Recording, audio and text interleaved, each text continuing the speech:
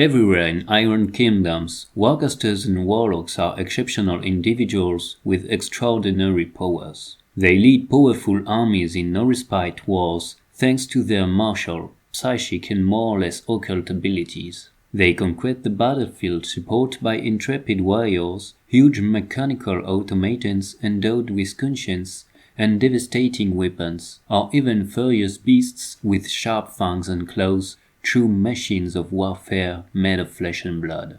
This is not their story.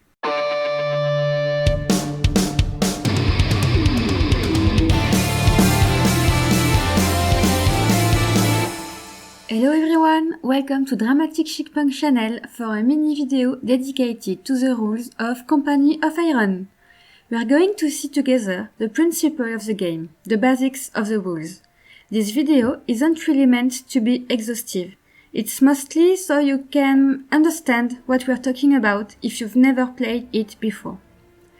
We invite you to refer to the rulebooks that you can download completely and for free on Privateer Press website to get all the information. Since we're nice guys, we'll put the links in the description. In Company of Iron, you control an elite troop, a small group of daring warriors engaging in small-scale combat far from the front lines.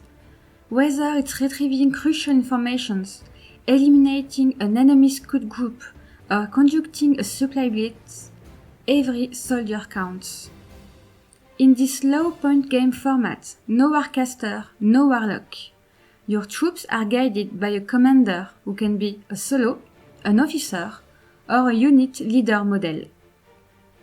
Company of Iron is a skirmish game in the Warmachine and Horde universe that is played on a 40 by 30 inches pitch with various scenery elements. At the beginning of the game, players choose a scenario that will determine not only the context of the game, but also how the armies are deployed and which player will have priority. Scenarios often pit an attacker against a defender, which will determine which player plays first. A game is played in 2 rounds, mostly 5, during which players will take turns to get priority and play a single model. This is called miniature activation, and is done according to the usual Warmachine and Hordes game sequence: maintenance phase, movement, attack, and damage resolution. In Wargame, we often are used to remove almost immediately from the game any miniature that would have lost all of its life points. One of the intricacies of Company of Iron that really spice up the game is the notion of casualty rolls. When a miniature has its last damage box marked, the player rolls a 6-sided die. On 1 or 2, the miniature is destroyed and removed from the table. On 3 or 4, the model becomes injured, and on 5 or 6, it is knocked down. In these last 2 cases, remove 1 damage point from the model and various modifiers are applied to its statistic.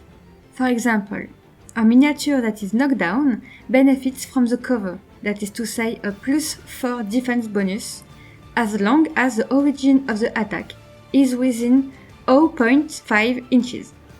And here I draw the attention of our French-speaking player, because an error has crept into the rulebook in French.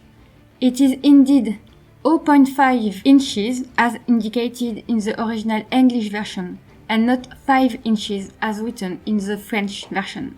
At the beginning of each round after the first one, players roll a dice to see who will have the priority and activate the first miniature of the round. This particular dice roll will make you scream, joy or sorrow, but it will make you scream for sure. That roll can knock over a game.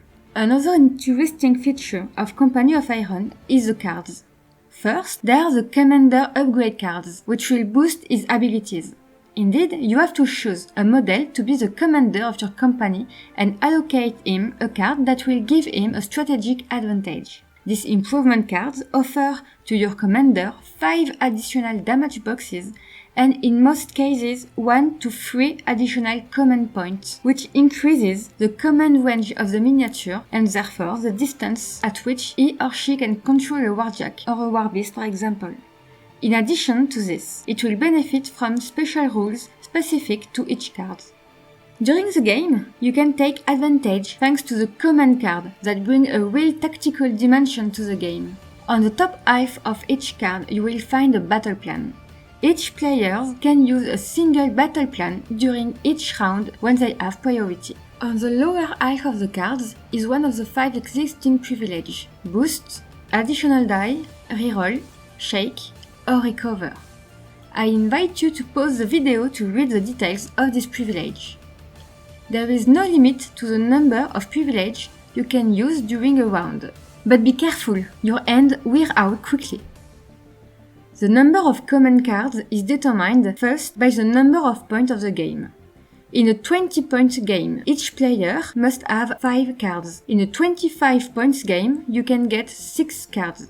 Then, the size of each player's hand varies depending on the requisition cost of each model or unit. The requisition cost is quite like the resources available for a commander.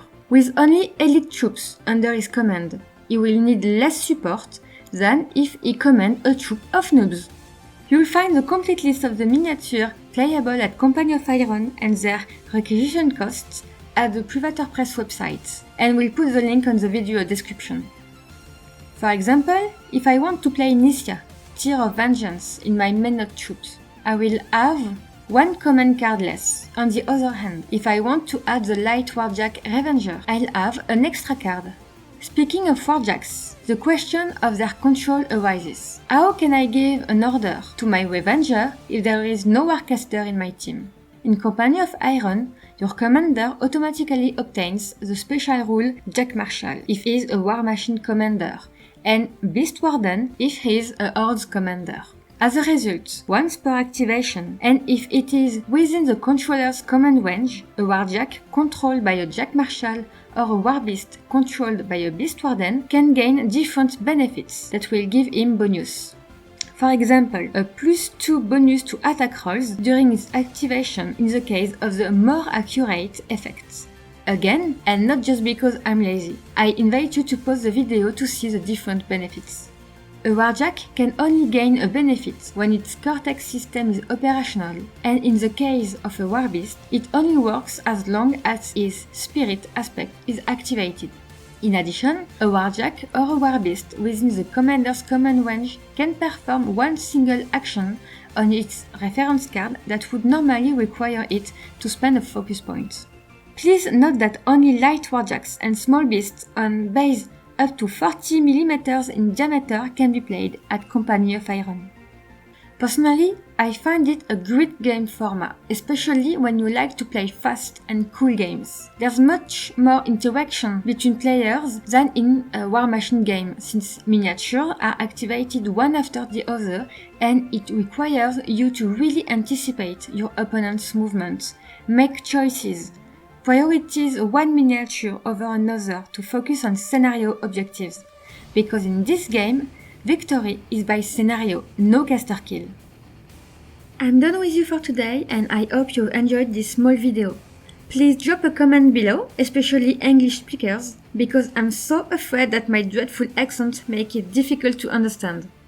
See you for the next Company of Iron battle report. Cheers!